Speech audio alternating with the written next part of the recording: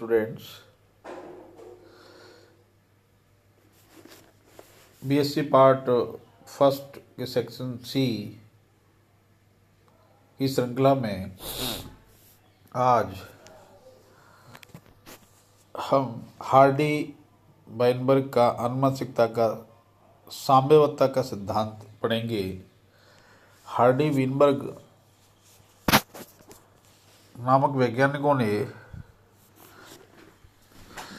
1908 में जीन और जीनोटाइप आवृत्ति की गणितीय व्याख्या की और आनुवंशिक साम्यावस्था को दर्शाने का प्रयास किया। इस नियम में एक बड़ी और रैंडमली पॉपुलेशन में यदि उद्विकासीय बल जैसे प्राकृतिक वर्ण है, नेचुरल सिलेक्शन, उत्परिवर्तन, आनुवंशिक विचलन यदि एब्सेंट हो तो जीन और जीनोटाइप आवृत्ति पीढ़ी दर पीढ़ी स्थिर बनी रहती है। इसका मूल जो स्वरूप है इस सिद्धांत का वो यही कहता है कि जो इसकी व्यवस्था है वो इनमें लगातार विचलन होते रहना चाहिए। किसमें? जैसे एक तो आपको हमने बताया प्राकृतिक वर्ण नेचुरल सिलेक्शन में होना चाहिए और म्यूटेशंस में होना चाहिए, और आनुवंशिक जो विचलन है वो अगर एब्सेंट रहता है किसी भी पॉपुलेशन में तो जीन और जीनोटाइप की जो फ्रीक्वेंसी है वो पीढ़ी दर पीढ़ी क्या बनी रहेगी? इंस्टेंट स्टेट बनी रहेगी, यानी कि स्थिर बनी रहेगी, कोई उसमें परिवर्तन नहीं आएगा, यानी कि समुदाय आनुवंशिक संतुलन की स्थिति में रहेगा। जब आनुवंशिक संतुलन की स्थिति में रहेगा तो हम ये कह सकते हैं कि उसमें कोई भी नई जाति का विकास नहीं होगा, और नई जाति का विकास अगर नहीं होगा तो इसको हम उद्विकास की श्रेणी में नहीं रख सकते। तो ये जो नियम है वो वास्तविकता में उद्विकास में नींव का पत्थर साबित होता है। अतः हार्डी वाइनबर्ग का जो नियम है यह स्पष्ट करता है कि यदि जीन आवृत्तियाँ परिवर्तित नहीं होंगी, अर्थात वे समुदाय आनुवंशिक संतुलन की दिशा में रहता है, तब उसमें उद्विकास की दर शून्य होगी। ये बहुत महत्वपूर्ण बात इसमें यहाँ आई है कि अगर वह आनुवंशिक संतुलन की दिशा में रहता है तो उसमें उद्विकास की जो दर है वो कैसी होगी? शून्य होगी।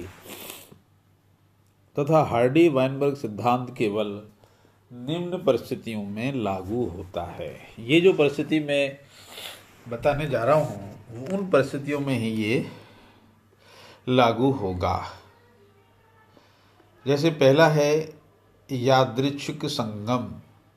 यादृच्छिक संगम का मतलब क्या है? रैंडमली मैटिंग, यानी कोई किसी के साथ मैटिंग कर सकता है, स्वच्छंद रूप से फिक्स नहीं होता कि ये मैटिंग इससे होगी, तो नए गुणों का प्रादुर्भाव होगा और नए गुण उसमें एंटर होंगे। बड़ी जैव समष्टि यानी समष्टि पॉपुलेशन अगर बड़ी होगी तो उसके चांस ज़्यादा हैं कि उसमें ज़्यादा से ज़्यादा नए गुण प्रविष्ट हों। तीसरा जो पॉइंट है वो आता है उद्विकासीय बलों की अनुपस्थिति। उद्विकासीय बलों की अनुपस्थिति यानी जो फोर्स है, उद्विकासीय जो फोर्स होती है जो करने के लिए गुणों को एक पीढ़ी से दूसरी पीढ़ी में ट्रांसफ़र करने के लिए जो फोर्स होती है, और जो एक तरह से मोटिवेशनल फोर्स कहते हैं उसको, वो अगर एब्सेंट हो तो ये सिद्धांत काम करेगा। अतः उक्त नियम सैद्धांतिक परिस्थितियों को व्यक्त करता है। इसके अनुसार उद्विकासीय बलों की अनुपस्थिति में यादृच्छिक संगम बड़ी जैव समष्टि में पीढ़ी दर पीढ़ी जीन और जीनोटाइप आवृत्ति स्थिर बनी रहती है। इसका मतलब ये सैद्धांतिकली प्रिंसिपल इसका जो है, जो कंडीशंस हैं उनको व्यक्त करता है। इसके अनुसार उद्विकास जो बलों की एब्सेंट में यादृच्छिक यानी कि रैंडमली अगर मैटिंग हो और बड़ी समष्टि में हो तो ये पीढ़ी दर पीढ़ी जीन और जीनोटाइप आवृत्ति स्थिर बनी रहती है। वह जैव समष्टि में उपस्थित विभिन्नताएं और जीन आवृत्ति संरक्षित बनी रहती हैं। और ये विभिन्नताएं कैसी होंगी, और जीन की जो फ्रीक्वेंसी है वो स्थिर बनी रहेगी, यानी कि उसमें कोई भी चेंज नहीं आएगा, सुरक्षित बनी रहेगी। तो हम ये कह सकते हैं कि दिए गए वर्णन से इस तथ्य की पुष्टि हो जाती है, ये क्लियर हो जाता है कि उद्विकासीय परिवर्तन उसी दिशा में संभव है जब हार्डी विनबर्ग की एक या अधिक शर्तें भंग होती हैं।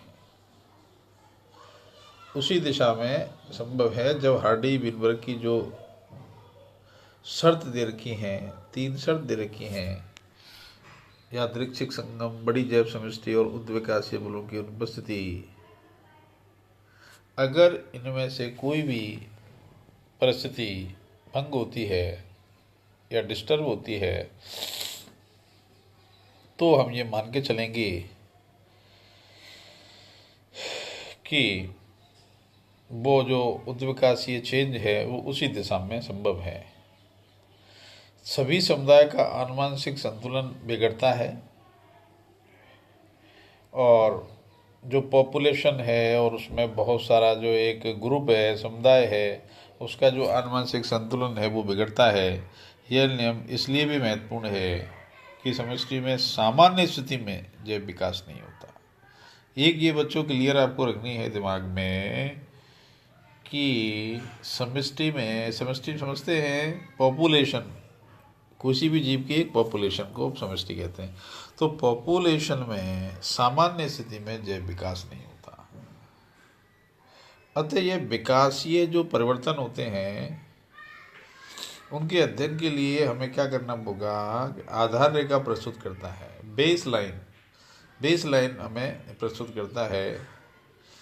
आनुवंशिक साम्यावस्था जल्दी परिवर्तनों को नकारती है।